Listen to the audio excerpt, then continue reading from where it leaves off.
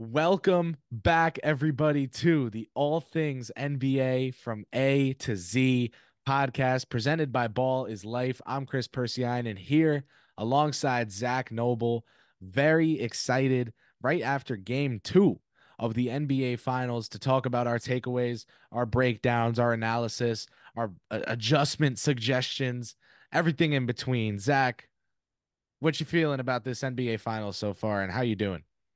I'm doing good, man. I'm feeling great. My Celtics are up 2-0. The vibes were awesome for an NBA Finals games. I thought it was finally the series started tonight. That's what I felt like. I felt like the Mavs came out and actually looked like a real team that wanted to give this thing a go, And I mean, it lasted, I'd say, the whole game. We'll get into more how that played out, but I think they really showed up tonight. And there's little things that can happen to change this thing around, but they came out firing. I thought the Celtics just missed a bunch of shots. To be honest, I thought the ball movement, I thought they played great as a team. They were sharp. Maybe Tatum was a little hesitant in that first quarter a bit, but I don't think so. I just think they just started missing shots. I mean, you look down the box score, every category Celtics were in it. They looked sharp as ever, team ball to the max, and they just sticked with the game plan and they rolled this thing out and got it done. I think it's simple for me. And maybe that's not a good thing. Maybe I should have more complex and detailed and convoluted analysis, but for me it's simple. Right? Coming into this series, I had Dallas in 7. I thought we'd get some blowouts, but I had Dallas in 7. Why? Because no matter how tough the shots they have been taking during these playoffs are, they've been making them. And you can't do anything about that. You can't guard that any better, right? But here's the thing. I should have questioned further the sustainability of those shots going in. Here is the simple analysis from me on why Boston just won 105 to 98. The Boston Celtics sleepwalked, slept walk, whatever. That's a fake word anyway. They cruised That's a tricky one. to easy Rough to watch, I'd shots. say. Yeah, I'm not a grammar guy. The Celtics cruised to easy shots. Whether they went in or not is a different story. I'm not talking about the make. I'm talking about the take. The Celtics had an easy time getting easy shots. The Dallas Mavericks are dripping sweat by the time there's 12 seconds left on the shot clock. Two dribble, pound dribble, punch dribble, hezzy, in and out, crossover, drive, kick, contested three from the corner, getting yossed up. Like the Mavericks were struggling to get to easy shots and to get to their spots. Now, there are so many different reasons for this. The biggest for me is a healthy Kristaps Porzingis. Did it look like he re-aggravated the calf? Yes. Did Missoula say he was completely fine? Yes. So, assuming he's completely fine, this becomes even more important because the biggest reason for me was Kristaps Porzingis. Boston was willing, and it was Steve Jones Jr. who pointed this out on Twitter, one of the best film guys out there. His account's awesome. If you don't follow him and religiously, fervently track down his game threads, you're missing out. He pointed out that the Celtics were very willing to switch Kristaps Porzingis onto Kyrie Irving on the perimeter. There are 20 guys in the NBA who can slide those puppies step for step with Kyrie Irving. I don't think Kristaps Porzingis is one of them, but he was containing him today. And because he was containing him, it showed Dallas that they needed to think before they did. And that hesitancy won Boston the game. To me, the difference was how much more easily Boston was getting good shots. Yeah, I mean, that's an easy and fair way to put it, but I just think that defense, I mean, is a whole nother level, even from Minnesota. Like, yes, Minnesota looked great just because they were great all year in a regular season team, but you're seeing actually great physical players that, I mean, I think they blow Minnesota out of the water when they actually want to lock in and play defense. Every single one of these guys, one through, I'll go 6 or 7, Um, I'll throw Peyton Pritchard in there. Sam Hauser can play system defense a little bit, but um, they're phenomenal. And I'll take this defense over Minnesota every day of the week. And I think it's causing problems for especially Kyrie Irving. I mean, Kyrie's looking like he's stuck in the regular season chilling right now, but I don't think it's not a lack of effort. I think it's the Celtics giving him issues. I mean, Tatum was even into him, Jaylen Brown, White, you name it. I mean, they were causing all sorts of fits. I think they're picking up Luka right where they need to. I Their rotations are on point.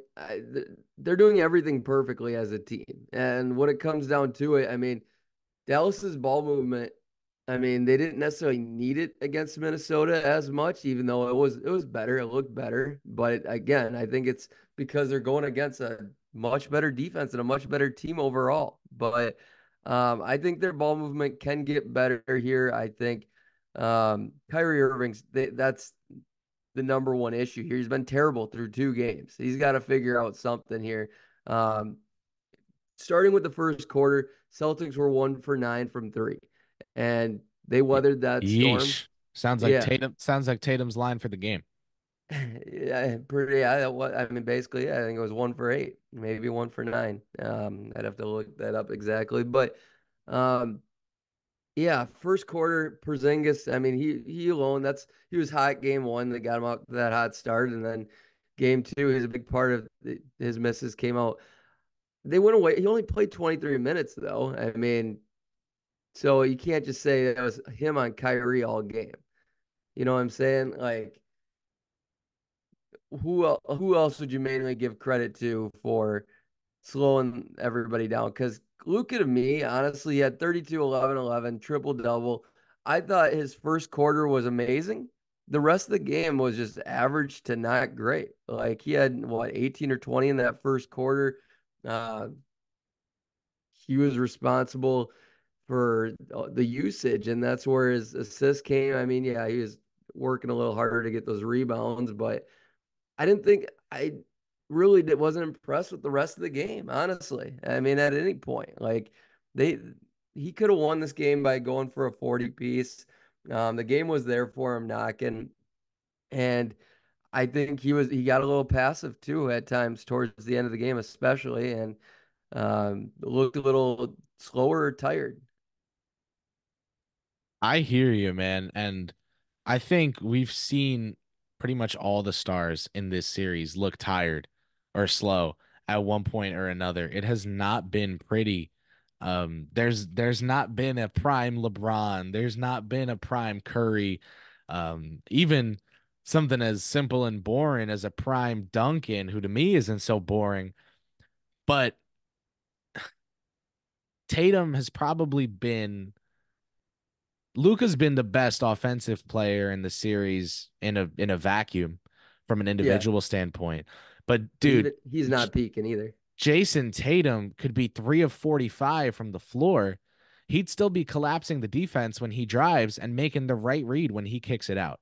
And that to me is the glue of this series is the fact that no matter how poorly Jason Tatum is shooting, he continues to not let it affect his effort. He continues to not stop it from letting him make the right play.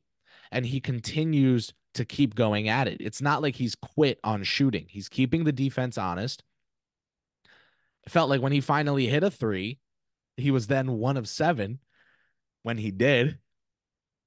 You know, No, the lead got to 10. Like that's that's the icing on top when he actually is making shots. Now, does that speak to the ridiculousness of Boston as a team? Yes. But I ask you this. If you had to run a mile as fast as you could for $100,000 and they let you use shoes that made you run faster, would you do it? Yeah.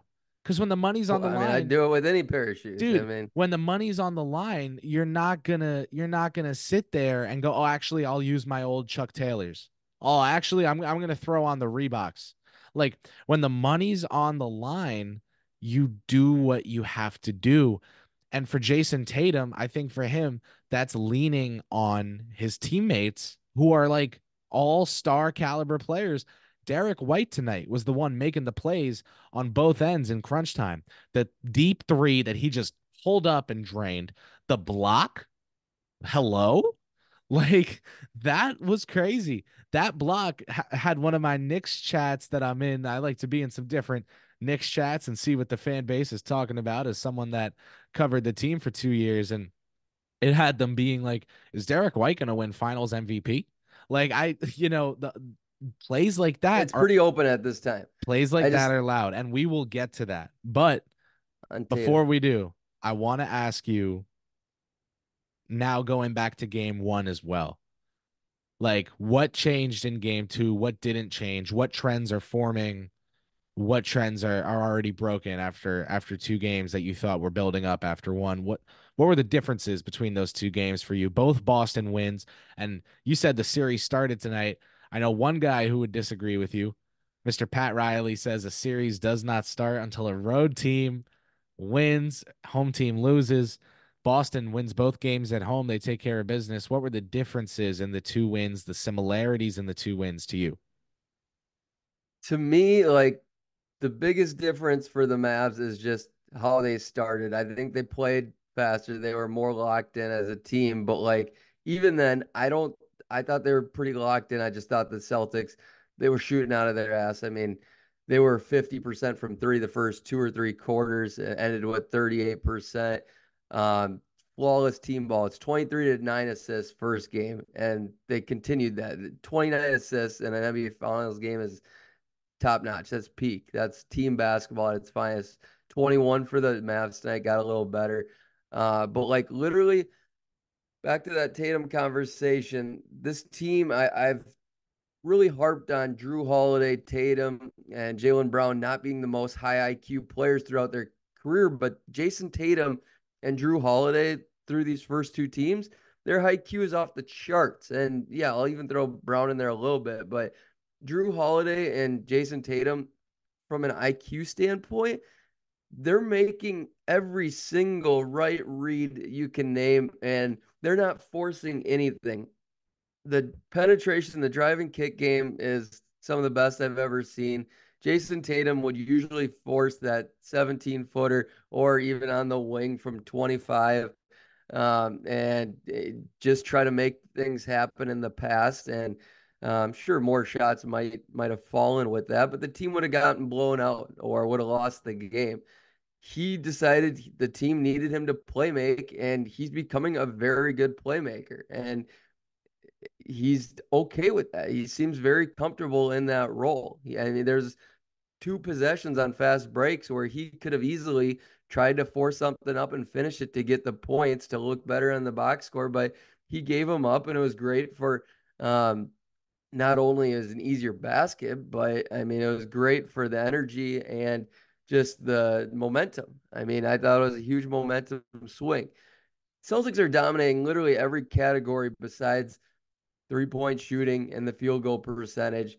And by the end of tonight, it got pretty even, and that's why the Celtics ended up winning it. I mean, they dominated every category in that first game, but like tonight, Mavs were carrying the field goal and 3-point percentage for the first couple quarters, and then the Celtics ended up with 26% from three versus 23% free throws. Celtics went 19 to 20 from the line tonight. That's a very underrated thing. Um, What was Mavs were Dallas? What was 16 Dallas? of 24, Okay. 66%. Okay. So let's talk about it. Boston wins the game by 7 points. Dallas left 8 points at the free throw line. Is that the Yeah, game, or is that the game? I don't think so. It's never that simple, right? Yeah, it Tom could be Thibodeau will though. always say if the Knicks lose that the game was that they gave up free throws, but I never think that it's that simple. But I mean, the he knows Celtics more than are me. that's incredible to only miss one free throw all game. Mind you, it's only 20 free throws. That's not a ton. I thought it was a pretty well called first two games. Like I don't think the referees are really deciding either of these games by a ton, except that fall towards the end of the game. You can call it a block, but I don't think it was clean. And when the Mavs went on the run in the fourth quarter, that was the game right there. I'm cool with it. I obviously wanted the Celtics to win, but if they call that fall, what's it? It was a 5 point game at that point. Maybe what was it? Maybe four or so. But yeah, that's what sealed the game. And all of Tatum's key plays, like the oop to Brown, 10 minutes in the fourth quarter, momentum shifter, game changer. Tatum's first three, 9:30 in the fourth, that was a momentum three. I mean, he was cocking out, turned around to the crowd after that and swagging off a little bit. And then he poked the ball out for an important steal as the Mavs were making the run with 2:20 to go. Like the dude is all over the place. He's playing excellent defense. And I always like this is where people give me shit when it comes to Harden too. Like Harden, the difference is Harden never had teammates where he had to score. He always had to this scoring really mattered a lot more than Jason Tatum. There's a lot more room for error here because this supporting cast is incredible. There's literally three or four guys that could win Finals MVP here. But yeah, what were your big differences other than shots not falling and maybe the pace of play from game one to game two?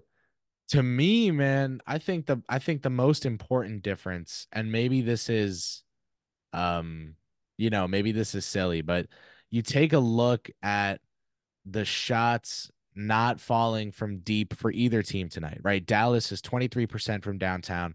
Boston is 25% from downtown. Neither of those are pretty. We know that. But you go to game one, Boston was 38% from downtown. Dallas was 26. So it's not as simple as, oh, the Celtics hit a lot of threes in game one and not in game two. They won both games. So what's the common denominator? How easy it is for them to get those good shots. I'm going to keep harping on this. Boston has such an easy time getting good shots. Do they have a true point guard on the roster? Do they have someone on the roster that Bob Cousy would be like, that guy plays the same position I used to? No. Drew Holiday is not a true point guard. You can call him the most underrated player in the NBA every Sunday, like the media likes to do, but he's not a true point guard. That doesn't mean he's not really good. And he's been making the right reads this series. Derek White's not a true point guard. He's been making the right reads. Jaylen Brown, we know, doesn't even play guard. He's been making the right reads. Jason Tatum does not play guard. He racks up assists like they're free. Like he's just picking up as many free coupons as he can. This is worth an assist. This is worth an assist. Now, he's out there making the right reads. So for Boston, they've got so much talent, so many talented players, so many good shooters. Even a guy like Sam Hauser coming off the bench, no name for the first couple, seasons of his career, now making contributions at the highest level. What else can you ask for from the guy? It's all about being a star in your role, like I love to say. And for that reason, I'm going to say that to me, the thing between the two games, obviously the difference was that Boston made more threes in game two, but Dallas didn't make a lot of threes in either one. And it's because they're taking a lot of contested shots. Boston's getting easy shots in both games. It's making their lives very easy. And another big difference for me, like you said, how Dallas started out, they came out hungry today. Um, but when you've been making this playoff run on the backs of Doncic and Irving, Doncic has not been excellent or close to it on the defensive end.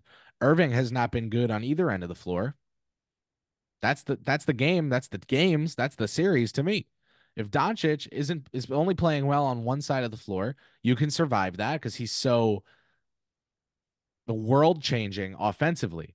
But if Kyrie isn't giving you anything on either side of the court, you're leaning on PJ Washington and Daniel Gafford for legitimate offense. There's your series. I would have Kyrie take up the ball more. I would empower him. I would try to get Luca off ball.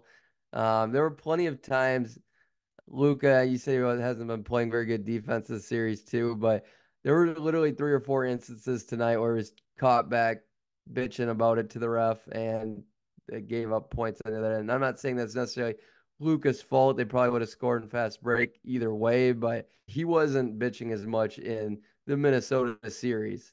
Then again, he was winning. So that's a part of it. But maybe that changes if he's not bitching so much. Outside of that, I would look at Tim Hardaway Jr. You got to dust him off. You got to try something. Do They need. you? If you need I defense, I loved that guy. I had a number 5 jersey when he was a New York Knick. Let's talk about this, man, because this to me is the Evan Fournier conversation when he was on the Knicks. Oh, the Knicks had a bad offensive game. They've got one of the best 3-point shooters in the league. You should just dust him off and play him. And then your defense, that's already not great, goes down the drain. What are we doing? What are we doing? I think I'm gonna dead this here because the Mavericks fans that I know on Twitter that are smart. You look at SJ Basketball 8, I think is her at. Great fan of the Mavericks, smart basketball fan. She was saying in the end of the regular season, if we're gonna be serious in the playoffs, the THJ minutes need to stop. So, I think you gotta pair again, not trying to liken basketball players to shoes here, but I've been with the shoe analogies today, so I'm gonna stick with it. You've got a pair of shoes, you like how they look, but every time you wear them, by the end of the day, your feet hurt. It's not worth wearing them. What happens to those shoes? Back of the closet, never get worn, and you leave them there. 3 months later, you go, oh, I haven't worn those shoes in so long. I love those shoes. Those shoes are so nice. I remember why I bought those. You throw them on, you're putting band-aids on your feet 6 hours later because the blisters are killing you. The shoes are not worth the looks. So for Then give me me, the Jaden Hardy blister pack. Then goddamn, like pick your that poison. okay, One of those but there's guys. something. There's something. Okay, that's a young, hungry player. You can get the most out of him. You can beg him to give his all on defense and tell him that that's how he can contribute to the series. Let the offense come naturally. To me, If Dallas lost by 7 tonight. I wouldn't tinker with the rotation at all. I'm going home. I'm saying I'm come okay with beat that. come beat us in Dallas. I'm okay with that, but if Kyrie's gonna come out better, I mean, I'm only talking about bringing those guys in and maybe even shit relying on Josh Green or Dante Exum if you want. Hopefully, get the defense combo more like. Getting those guys some open looks. If Kyrie Irving's shot's not falling, because Kyrie's not going to give you what those guys can give you on defense. But another big one for me is Derek Lively. Like that's the rotation minute. Like you got to give him at least more than 19 minutes a game. And I think, like I said from the beginning of the series, I think he's a mismatch problem for these guys. I think they can get some easy alley oops. I think they can beat him on that side because they'd be focusing too much on Luka and Kyrie. Let me ask you something. Let me ask you two somethings. Today, not going forward, not in the future. We're not talking potential. Today, is Derek Lively a better player than Kristaps Porzingis? Hell no. Is Derek Lively a better player than Al Horford today? Um,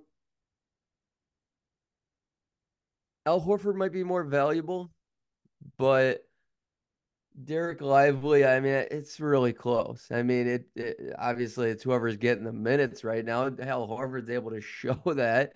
But I'm inclined to say that they're about equal. Live, If I had to take just one, I could it's talk very myself. close. I could talk myself into Lively. Give me the experienced guy. Give me the experienced player. I want Al, right? So if that's what we're doing here, then how much is Lively going to impact this series? He's just being outmatched at his position, right? I'm not saying Al Horford can guard Lively. That's not what I'm saying here. That's why I'm saying you got to explore Derek Lively. Just like, I mean, you got Rudy Gobert and Karl Anthony Towns on the other side. Lively was able to get his buckets against those guys. He damn well better be able to get it against Al Horford and Kristaps, especially if this guy's got a hammy he's massaging, or was it calf he's massaging. The Uh, Cav, yeah, the yeah, Cav. I think it is more than I didn't expect Kyrie to be this bad, but the team played better overall together tonight, and maybe that leads to a breakout Kyrie game. So if you stick with the same game plan, um, the ball movement still needs to get better to get better shots. That's the only way it's going to happen because Celtics defense isn't getting any worse. The Celtics shots, I mean, if the Celtics play the same way they did tonight, they would just be a close game again. The Mavs would need to find looks. And how are they going to do that if the Celtics are playing the same defense? I mean, it comes down to ball movement. Why I'd say get Luka moving off ball a little bit more and have Kyrie bringing the ball up. If you want to keep the same rotations, and if Kyrie starts struggling, try something else. Bring somebody else in. How much can Luka move in general? Like for me right now, I'm looking at Luka Doncic. I'm saying this guy's not closing out. This guy isn't controlling what he can control. This guy isn't keeping the game simple and easy on the defensive end of the floor. He's late to rotations. It's a two possession game with 40 seconds left. You've seen crazier happen in the playoffs. I've seen crazier happen in the playoffs. Luka Doncic, late to close out. Boston gets an easy three. There's your ball game. Like, I understand he's everything and more for them on offense, but if you're not controlling what you can control, you're creating problems for yourself. And I think that Luka, it's not just all give with him. There's been a lot of take, and it's on the defensive end. So how much can you Fair. get him moving if he's not showing on defense that he can move? Now, if he's Do you saving think that energy to be able to move on offense, that's fine. But he's not moving on offense. So, then okay, either get him going off the ball or get him moving defensively. I think they could win games if he just kept playing the offense he's playing, but was trying really hard on defense. And I don't know that we're getting that. Now, if he's trying really hard no, on they would need to do defense, a lot more on offense, man. He was 12 for 21. that's good. No, that's not great, That's especially when good. the rest of the team sucks and Okay, you that's need more out of him. 12 for 21 is fine to me. I'm More not than I'm not half of that came in the first half. okay, so there you go. By the end of the game, he got tired and the defense adjusted to him. For me, it's like I can't 12 for 21. That's what we're upset. Like that's He was fine. 4 for 8 from the line. 12 for 21 is fine with me. That's see, there you go. Left 4 points at the Can't tip. be, he He's can't not be. could Your best player can't be 50% from the line. no, he He was can't because four you know for why? 12 from the line in Because he's game one. he's not controlling what he can control. Sorry, he wasn't four. That was 4 for 12 from three. He I was I two was for gonna say five that. from two Oh, for that's five from that's the still line. bad. Still That's still shitty. bad. So he's not controlling what he can control. That is on him. Now is he healthy enough to be able to do that? Maybe not. But if you're a superstar player, if you're an otherworldly player, if you're going to be held to that expectation, I'm going to hold you to it. And will Luka finish his career with multiple championships? Probably. Is this going to be the year he wins one? Doesn't look like it unless he really turns it around here because he's not playing like he wants to be a first time champion this season. He's playing like he wants to win Finals MVP. He's not playing like he wants to win the series. Mm. Maybe the only way they win the series is if he plays this way. I'm not saying he's out there chasing individual accomplishments. What I am willing to say is that they're not going to win with him playing the way he has been, no matter how spectacular it is offensively.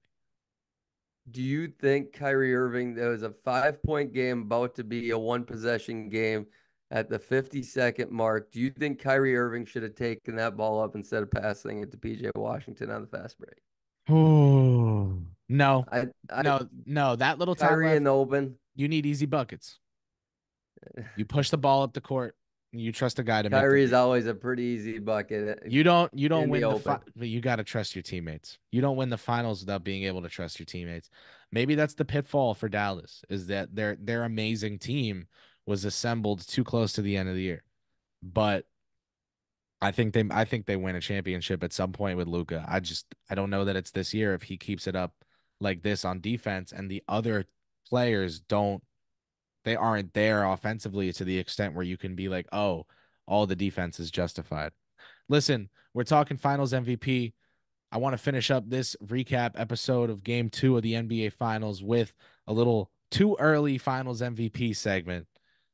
Is it Jaylen Brown? Is it Derek White? Is it Jason Tatum? Because right now I'm not ready to Jerry West, Luka Doncic. I'm not ready. Not even close. No. He's like I said before the series, he's got to average like 45 if he was going to do that. He's only averaging like 28, 30-ish. But uh, Small Jalen, sample size, but again, it's the too early finals MVP segment. I mean, So we could be 50% of the way there if Boston sweeps them. So squeaking it out. So Jaylen Brown was the MVP after game one. It's really tight. I mean, there were some people that thought Kristaps was the MVP, and I mean, it's hard to disagree with either one. I mean, based on momentum plays and how close the stat lines are. I will tell you, this award is mainly based on stats, unless the only time it's not is like Steph Curry, Iguodala. Their stats were very close, but people just gave them for the defensive side of things and some momentum plays, in my opinion. Why Iguodala won that award. Drew Holiday could be your MVP right now. I'm okay with it. He's number two for me. Jason Tatum has been at four both games. Okay. Jason Tatum can easily win this thing if he just has a 25-point game. That's all he's got to do. He's got to have one 25-point game the way this thing is shaken out and do everything else like he is. I'm not saying go get a triple double because that's what he would have done tonight, essentially. But yeah, 25 points is all I need out of Tatum.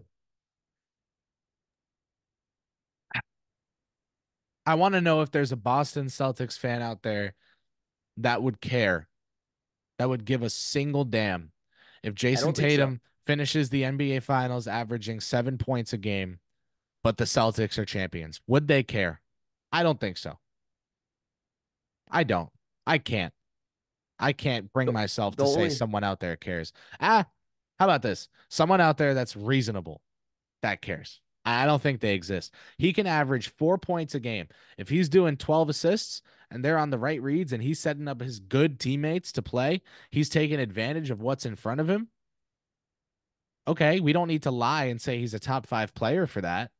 You know, to me, this is the Brock Purdy conversation. Obviously, Tatum is better than Brock Purdy, but I'm just talking about the logic.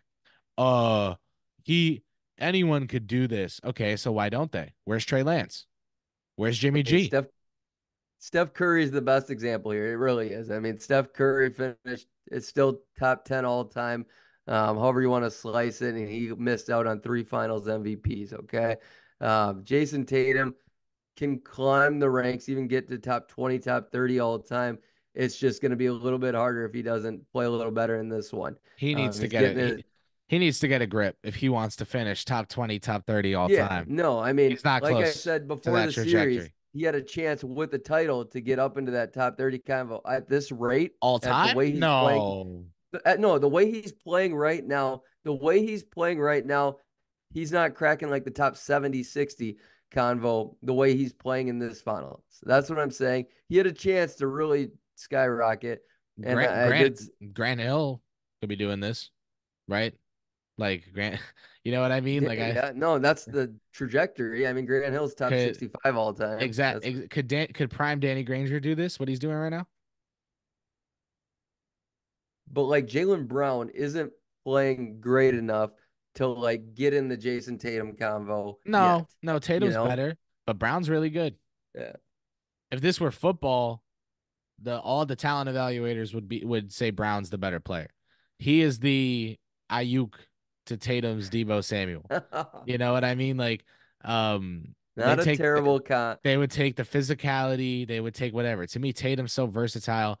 In football, give me Ayuk. In basketball, give me Tatum. Tatum's better. The versatility's better. The But ability to but wear still whatever it's hat he needs to wear is better. All size fits one. Uh, one size fits all. Whatever the hell. You know what I we're meant. late. It's late.